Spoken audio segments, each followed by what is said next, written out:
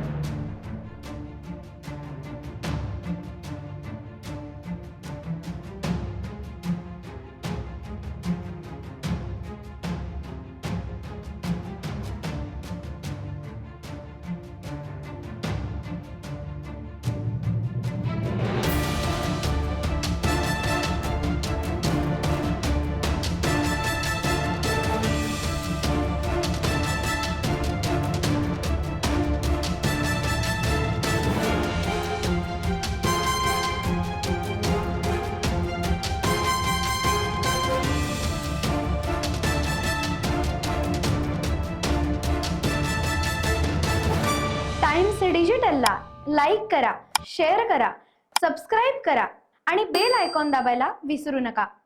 Times digital.